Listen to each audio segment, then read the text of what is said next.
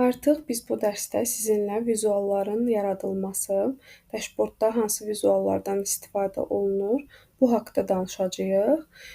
Gördüyünüz kimi mənim bütün vizuallarım bu hissədə yer almışdır. Amma biz Power BI-da, yəni müəyyən qədər vizuallar var və yaxud biz başqa vizuallardan istifadə eləmək istəyiriksə, Get More Visuals hissəsinə klik edərək Microsoft-un, yəni Power BI Visual Store-una aparır və bu formada biz vizuallardan istifadə edib yükləyə bilərik və sizin bu arada bu Power BI-da hesabınız olmalıdır və giriş etməlisiniz bu hesaba. Bu zaman artıq vizuallardan istifadə edib rahatlıqla bura yükləyə bilərsiniz və yaxud sizin vizualınız fayl olaraq sizdə varsa, burada həmin fayldan bu formada import eləyərək siz vizualı bura əlavə edə bilərsiniz. Daha sonra deməli biz sizinlə burdakı Power BI-nin özündəki vizuallardan danışacağıq və yavaş-yavaş dashboardumuzu artıq qurmağa başlayaq. Mən birinci növbədə line chart-dan istifadə etmək istəyirəm. Mən tutaq ki, görmək istəyirəm ki, məndə illər üzrə satışım nə qədər olub, buna baxmaq istəyirəm və edəcəyim şey nədir? Gördüyünüz kimi mən artıq bu vizualı bura atdığım zaman məndə burada x-aksis və y-aksis olaraq görsənir və mən artıq bura əlavə edəcəyim şey tarixdir. Çünki düz bir xətt olaraq düşünün. Tarix olsa tarixlər aşağıda olur və y-aksisində də onun value-ları olur. Ona görə də tarixi bu hissəyə əlavə edirəm və mənə istəyirəm ki, aylar və günlər olaraq məlumat görsənsin və bu halda edəcəyim şey satış həcmini bura gətirməkdir. Mən gördüyünüz kimi satış həcmini gətirdim, amma məndə bəzən elə olur, burada günlər görsənmir. Günlər görsənmədiyi zaman, baxın, bu formada mən artıq geriyə, yuxarı və yaxud artan, azalan hissədə dəyişə bilərəm və yaxud, baxın, bu formada dəyişib, bütün həm günlər görsənsin, həm aylar görsənsin, bu formada vizualımı dəyişə bilərəm çox rahat bir şəkildə. Gördüyünüz kimi vizualda filtr hissəsi var. Mən burada keçən səfər sizə filtr hissəsini göstərmişdim. İstəsəm, məsələn, filtrda sırf yanvar və fevral ayının görsənməyini istəyərəm. Yəni, burada müəyyən filtrları tətbiq eləyə bilərsiniz hər bir vizuala görə və yaxud əlavə buradan da hər hansısa bir filtr bura gətirib tətbiq eləyə bilərsiniz. Tutaq ki, siz istəyirsiniz ki, belə deyək, hər hansısa bir məhsulun satışını görməyəsiniz də, yəni sırf həmin məhsulun satışını görməyəsiniz. Bu formada, məsələn, mən sırf keyboard satışları seçdiyimdə, sırf yəni klaviatura satışlarımı mən burada görə bilirəm və yaxud da laptop elədikdə laptop satışlarımı. Bu formada yəni rahat filtrləri tətbiq eləyə bilərsiniz vizual üzərində. Mən istəyirəm ki, bütün məlumatlar burada məndə əks olunsun və gördüyünüz kimi vizualım artıq hazırdır. Amma üzərində təbii ki, dəyişikliklər eləmək lazımdır. Mən bu üç nöqtədən istifadə eləyərək bura klik edirəm. Vizualımı buradan silə də bilərəm və yaxud burada aylar, günlərə görə sort da eləyə bilərəm. Hər bir yəni şeydən istifadə eləmək olur bu dashboard zamanı. Bu arada yəni bu spotlight nə üçündür? Gördüyünüz kimi baxın dashboardu biraz önə çıxartdı. Dashboard dediyim, daha doğrusu vizualı önə biraz çıxartmaq üçün istifadə olunur. Maraqlı funksiyadır. Və yaxud show as a table cədvəl kimi göstərsin. Bu formada da detallı vizualıma baxa bilərəm daha böyük ekranda. İndi gəlin vizual üzərində dəyişikliklər aparaq. Baxın, iki hissədə məndə bu hissəyə tıkladığımda, burada məndə iki hissədə visual və general hissəsi burada görsənir. Mən gəlin birinci adı necə dəyişilir ona baxaq. Mən tutaq ki, burada istəyirəm ki, bu adda olmasın. Aylar üzrə satış tutaq ki, sözü yazılsın. Mən bu formada aylar üzrə satış olaraq bunu dəyişə bilərəm və mən çox vaxtı, təbii ki, bu şrift o qədər də yaxşı deyil, ə hərfi fərqli görsən. Ən çox istifadə etdiyim şrift Calibri şriftidir. Sizə də məsləhət görərəm. Yəni informativ olur, daha belə dashbordları daha gözəl göstərir. Bu formada bold və yaxud italic və yaxud underline eləyə bilərəm. Yəni bu formada dəyişə bilərsiniz istəsəniz. Deməli, rəngini də dəyişə bilərsiniz təbii ki. Hələlik qara olaraq qalsın, sonrasında baxarıq. Və burada siz ortadan, sağdan necə istəyirsinizsə əlavə eləyə bilərsiniz və uzun tekstsə burada text wrap aktivləşdirəndə artıq sizdə hissə-hissə bölünəcək sözlər.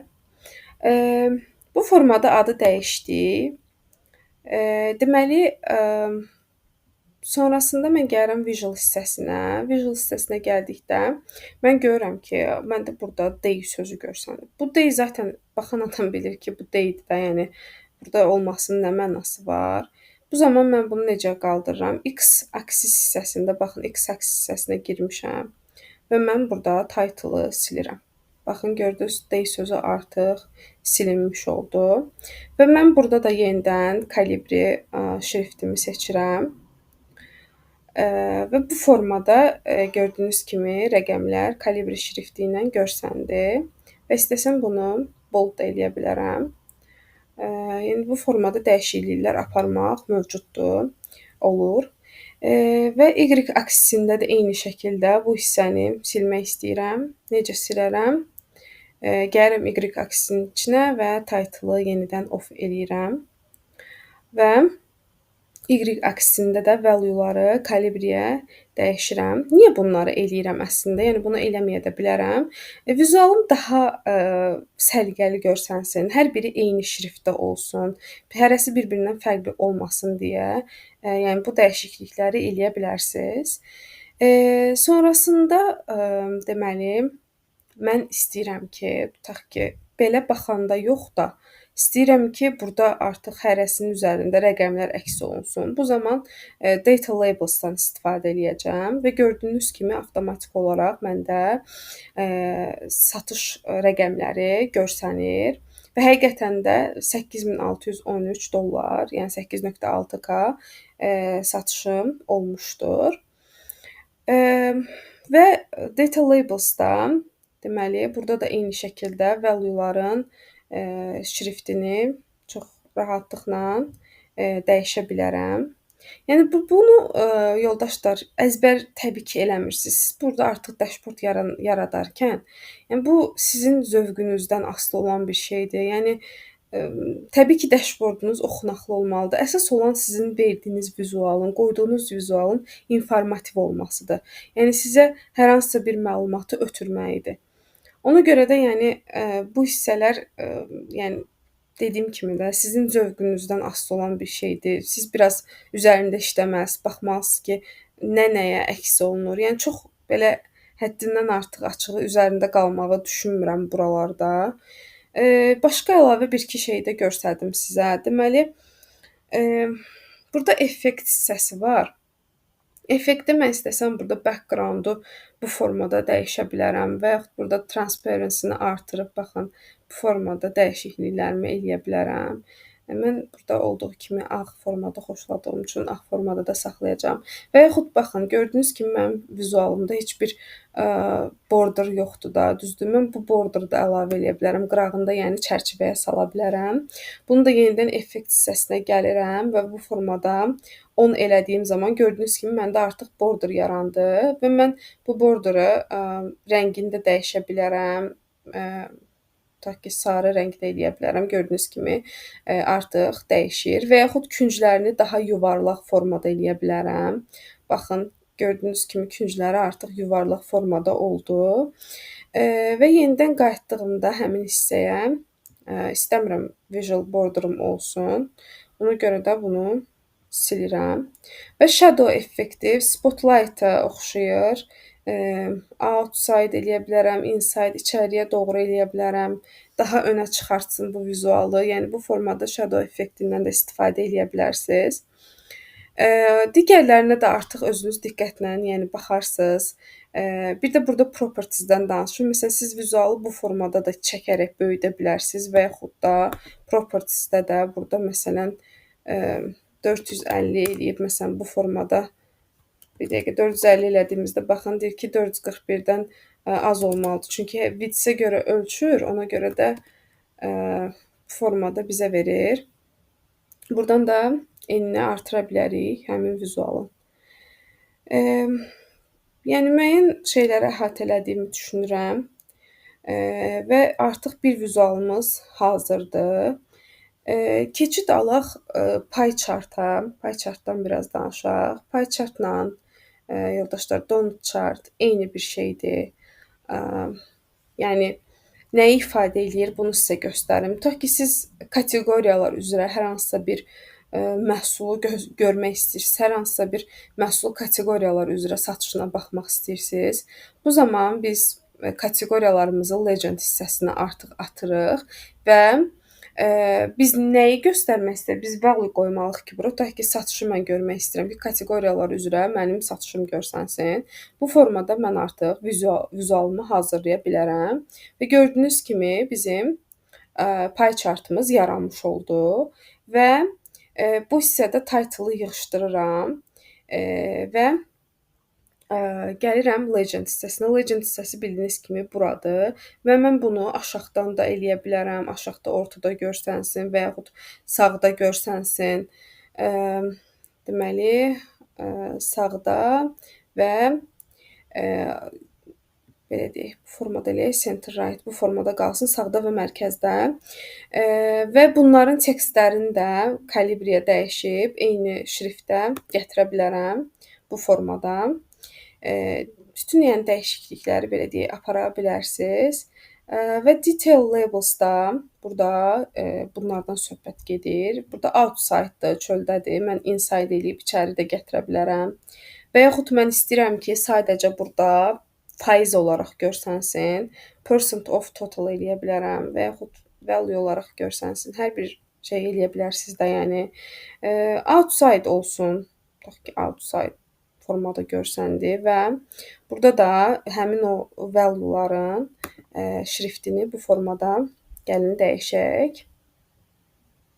Okay, dəyişdi və tutaq ki, biraz böyüdək, bu formada olsun. Və bunun rəngini də tutaq ki, qara eləyək, qara görsənsin. Yəni, bu formada dəyişə bilərsiniz. Sonrasında deməli nəyə baxacağıq sizlə? Tak, gəldik bura. General hissəsinə gələk. General hissəsində yenidən yəni effects bilirsiniz də, bayaq danışdıq, border əlavə eləyə bilərsiniz və s. Deməli, date formata gəldik və product name-imiz gördüyünüz kimi burada görsənir. Və mən bunu text formatında eləyirəm, çünki text formatındadır. Və burada da percentage olaraq dəyişdim. Çünki percentage formasında olmanı istəyirəm. Bu formada dəyişikliklər apara bilərsiniz. Deməli, yenidən geri qaytaraq. Tak, geri qaytardıq. Deməli, mən əslində burada sizə sırf deməli bir dəqiqə. Bəzən yəni o qədər çox hissələr var ki, həddindən artıq hər bir vizualın özünə görə ayrıca hissələri olur. Yerini insan bəzən çaşdıra da bilir ki, hansı yerdən söhbət gedir. Mən əslində sizə göstərmək istədiyim hal-hazırda deməli nədir, onu sizə göstərəcəm. Tutaq ki, baxın, gəlin slices hissəsinə gəlirəm. Mən burada tutaq ki, rənglərinin fərqli olmasını istəyirəm. İstəyirəm ki, vacuum başqa rəngdə olsun, məsələn, bu rəngdə olsun, tutaq ki. Yəni, bu sizin, belə deyək də, özünüzdən asılı olan bir şeydir. Necə formada rəngini dəyişmək istəsəz, o formada dəyişə bilərsiniz. Bir-bir, yəni bunların rəngi ilə oynamayacağım, çünki çox vaxt getməsin, yəni vaxtın çox getməsini istəmirəm. Bir də ki, məsələn, baxın, burada görürsünüz də, zaten bu söhbət product name-dən söhbət gedir də. Yəni mən burada product name sözünün olmasına nə gərək var ki? Bu formada yığışdırıram və artıq mənim gördüyünüz kimi pie chartım hazır oldu və mən bu pie chartı Donut charta da çox rahat bir şəkildə çevirə bilərəm. Əslində çox vaxtı Donut chartdan istifadə olunur. Çünki Donut chart daha səliqəli görsənir və vizual cəhətdən gözü yormur. Ona görə də Donut chartdan da istifadə edə bilərsiniz. Baxın, gördüyünüz kimi mən heç bir şey eləmədim. Bura gəldim və belə bu formada dəyişdim. Siz istəsəz başqa bir vizuala da ata bilərsiniz. Tree map olaraq da göstərə bilərsiniz. Yəni burada da çox rahat bir şəkildə. Donut chart olaraq hələlik qalsın. Baxaq görək başqa nələr qoya bilərik. Gəlin slicerdan danışaq. Deməli, slicerımız hardaydı? Tak, bir dəqiqə özüm çaşdım. Okay, buradadır slicerımız. Slicerımız bu hissədədir və mən burada slicera eye filtri tətbiq eləmək istəyirəm. Tutaq ki, data. Bu hissədə gəlirəm, datanı atıram və mən tutaq ki, hierarchy olaraq istəyirəm olsun və çünki mənim əslində o qədər çox böyük datam yoxdur da, yəni ona görə də bu formada aylar üzrə dəyişə bilərəm və mən slicerın özündə də təbii ki, dəyişikliklər apara bilərəm. Tile, baxın bu formada məsələn buralarda satışım yoxdur. Fevral ayını məsəl seçdikdə gördüyünüz kimi, baxın dashboardda hər iki vizual dəyişir.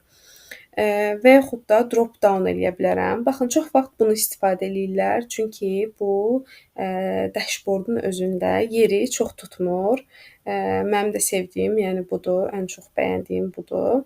Və mən tutaq ki, yoldaşlar, istəyirəm ki, hər iki məlumatı seçimdə, düzdür?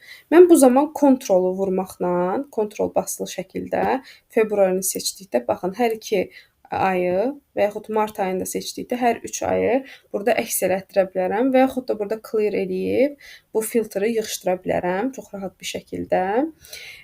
Və burada nə var? Deməli, mən single select-i aktivləşdirdiyimdə, baxın, mən sadəcə single select-i aktivləşdirdim. Bu nə deməkdir? Mən ancaq yanvar ayını və yaxud fevral ayını buradan seçirəm. Çünki başqa məlumat, başqa heç bir şey, kontrolda vursam heç bir məlumat seçmək olmur. Bu formada da single select eləyə bilərsiniz və mən yığışdırıram bunu. Və yaxud da burada select all var. Bu nə üçündür? Baxın, bunu aktivləşdirsəm, daha doğrusu deaktiv eləsəm, burada görsənmir. Amma burada məsələn bunu çox vaxt eləyirlər ki, select all çox rahat bir şəkildə hər birini seçsin. Amma təbii ki, aylarda yox, başqa məlumatlarda məsələn bunu istifadə eləyə bilərsiniz və yaxud da silib rahatlıqla da istifadə eləyə bilərsiniz. Hələlik qalsın. Daha sonra nəyi sizə göstərim? Burada value-ları dəyişə bilərsiniz. Yenidən, yəni mən kalibri olduğu üçün kalibriyə çevirəcəm və burada da rənglərin falan bütün, yəni dəyişiklikləri bu formada border, yenə də bayaq danışdığımız kimi dəyişiklikləri apara bilərsiniz. Bu formada çox rahat bir şəkildə. Daha sonra sizinlə burada da properties, title, bütün məlumatlar yəni eynidir. Yəni hər bir şey eynidir burada, yəni danışacağımız. Sonrasında gəlin kartdan danışaq biraz. Kart sizə nəyi göstərir? Tutaq ki, mən istəyirəm ki, satışımın sayı olsun, sayı görsənsin. Bu formada satış sayını mən əks elətdirə bilərəm və burada tutaq ki, yanvar ayında mənim 88 ədəd satışım olub və mən yanvar ayını seçdiyimdə hansı məhsullar üzrə satış olunub, buna da baxa bilərəm və kartı da səliqəli formada, yəni belə deyək, səliqəli formada bunu saxlaya bilərəm. Deməli, sum of quantity və burada tutaq ki, title əlavə etmək istəsəm, title əlavə eləyərəm, istəməsəm yığışdıraram. Tak, burada gəlin belə baxaq. Table, baxın bu formada və yaxud tiles bu formada eləyə bilərsiniz. Daha sonra deməli, shape-ini dəyişə bilərsiniz. Rectangle, və yaxud rounded rectangle, baxın, bu formada oldu. Border olmadığı üçün bu görsənməyəcək, normaldır.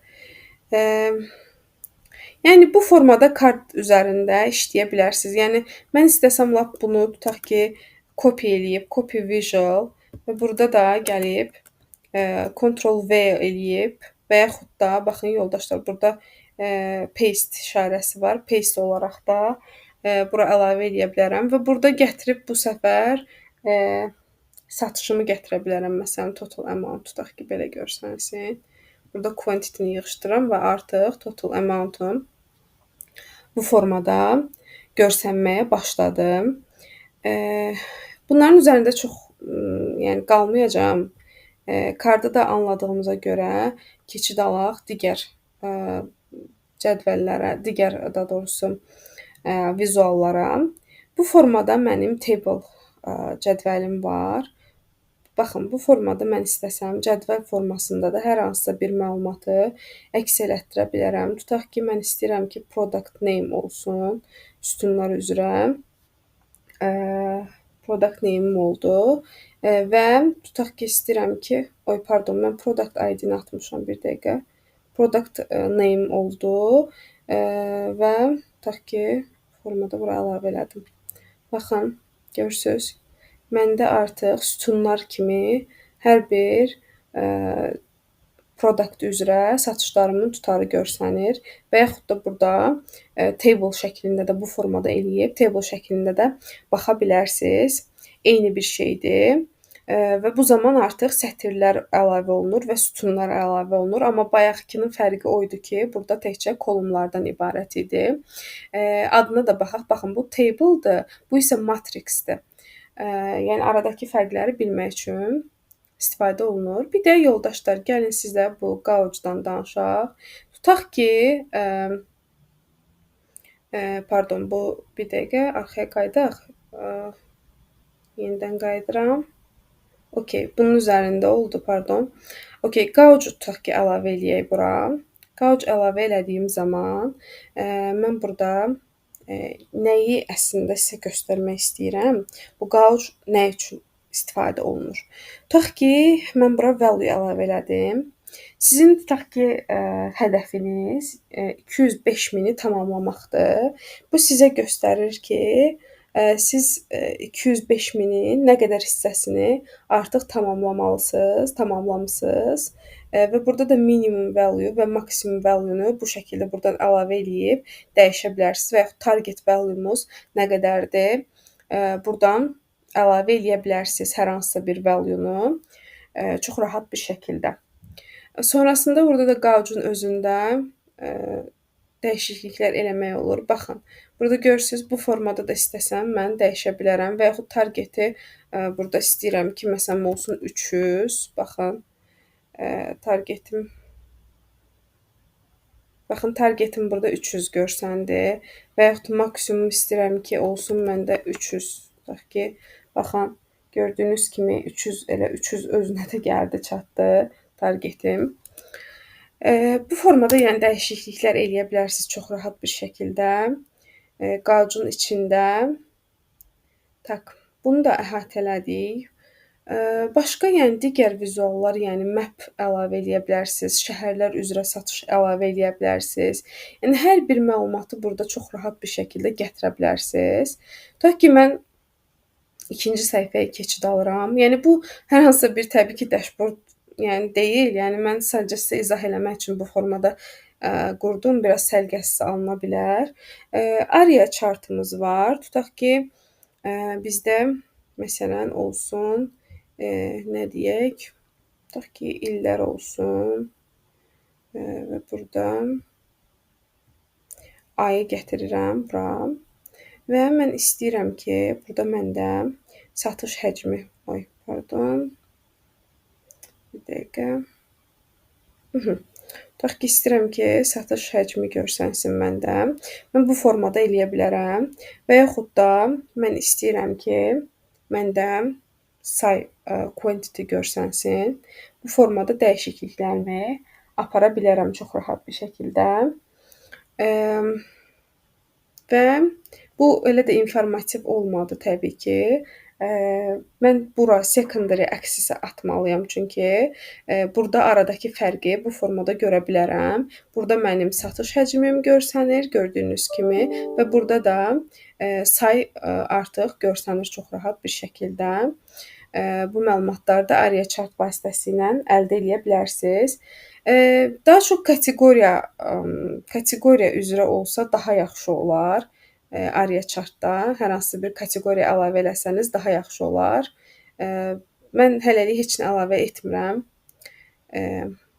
Gəlin bir dəqiqə. Baxın, məsələn, bu formada ya da gəlin sizə göstərim. Çox düzü qarışıq görsənir. Yəni bu o qədər də informativ deyil də. Amma yəni areallar üzrə, tarix üzrə siz baxa bilərsiniz ki, sizdə hansı aylarda, hardan başlayıb, məsələn, mausun satışı nə qədər olub, belə baxa bilərsiniz. Burada çox bizdə product olduğuna görə, yəni heç tövsiyə eləmirəm də. Amma məsələn, filtrlarda mən burada productda tutaq ki, sadəcə bunu seçsəm və bunu seçsəm, bir dənə də deyə görsənmir, bir dəqiqə. Aha, bunu seçsəm, gördüyünüz kimi bu formada 2 dənə olanda daha informativ olur. Hansı aylarda nəyin satışı artıb, buna baxa bilərsiniz. Deməli, vizuallardan əslində ümumi əhatələdim. Hər bir şeyi danışdım. Digər vizuallarda özünüz artıq istifadə elədikcə hansı nə üçün istifadə olunur görəcəksiniz. Və burada bu hissədə biraz buralardan da danışaq. Home tabında sizə hansısa datanı əlavə etmək üçün Home tabından istifadə edirsiniz və yaxud burada hər hansısa bir düstur, formula yazmaq istəyirsinizsə, burada measure eləyib bunları çıxarda bilərsiniz. Tutaq ki, mən sum eləyirəm və məsələn, sum sales total amount tutaq ki, bu formada məsələn hər hansısa bir measure yaratdım. Burada da yazıram ki, satış həcmi, nə bilim, satış məbləği tutaq ki, bu formada əlavə elədim və artıq mənim bir measure-ım yarandı. Artıq hər hansısa mənim bir ölçüm yarandı. Pardon, bu nəyin içində əlavə eləmişdik? Getdi düşdü. Aha, kalendarın içində əlavə elədiyimizə görə gəldi, bura düşdü. Və mən bunu kart kimi, baxın, tutaq ki, kartdan istifadə elədim və mən bura gətirib satış məbləğini bura əlavə eləyə bilərəm. Yəni əslində bundan da və bundan da eyni bir şeydir. Measure nə üçün istifadə olunur? Ta ki siz başqa formula yazmaq istəyirsiniz, hər hansısa bir kateqoriyaya görə cəmləmək istəyirsiniz. Bu halda measurelardan istifadə olunur. Yəni bu əslində dərin mövzudur, DAX-ın bir hissəsidir. Yəni bunu da növbəti dərslərdə 1-2 DAX nümunəsi göstərərəm. Əslində bu son dərsdir deyə düşünürəm. Əlavə bir dərsdə əlavə eləyərəm DAX-larla bağlı. Text box əlavə eləyə bilərsiniz bura. Hər hansısa bir text yaza bilərsiniz. Yəni bunlar çox belə deyim də istifadə olunan bir şeylərdir də. Yəni text əlavə eləmək istəyirsiniz. Burada başlıq əlavə eləmək istəyirsiniz, şirkətin adını əlavə eləmək istəyirsiniz. Yəni çox rahat bir şəkildə bunlardan istifadə eləyə bilərsiniz.